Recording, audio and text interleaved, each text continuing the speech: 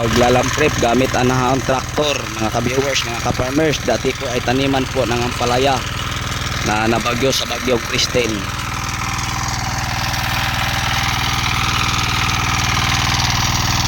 Yan.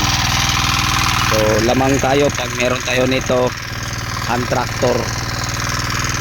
So walang kahirap-hirap linisin ang mga taniman natin.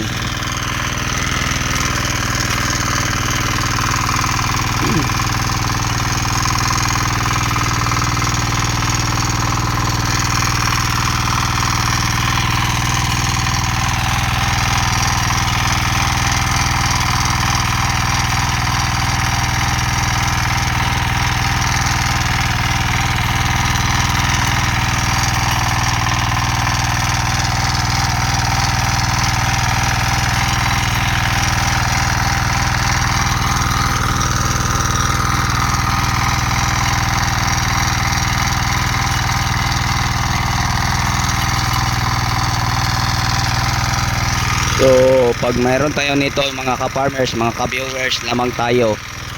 So nasa 57,000 lang po. 2 taon na po itong nakakinabangan. Malaking bagay po kung mayroon tayong hand tractor na kagaya nito.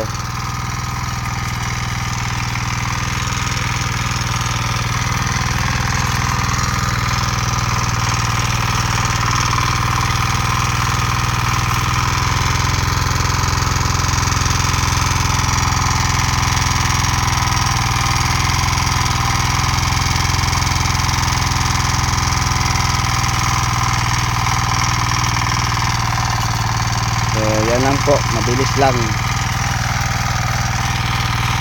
So yung ganito kalawak ng taniman natin ng ampalaya, mga 4 na oras tapos na po ito. So kung kalabaw, mga 3 kalabaw siguro.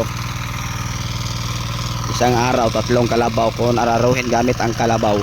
Tapos maganda, may kamaganda po itong kalabasan kasi dinudurog po no ng hand tractor na rotavator ang lupa.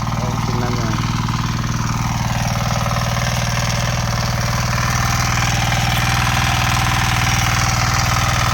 So mabilis po no, mga ka-farmers, mga ka-viewers.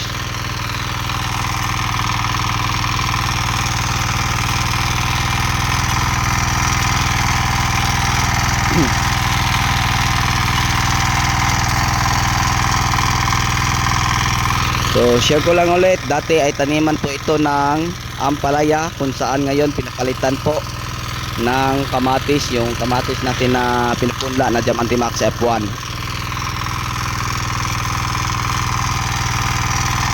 Okay, so sa inyong lahat hanggang dito na lang, maraming salamat po. Pero bago tayo magtapos, may shout out po sa lahat kong mga solid subscriber, mga viewers, sharer at commentator. So ito po ang ginagamit naming paglalam trip sa umagang ito.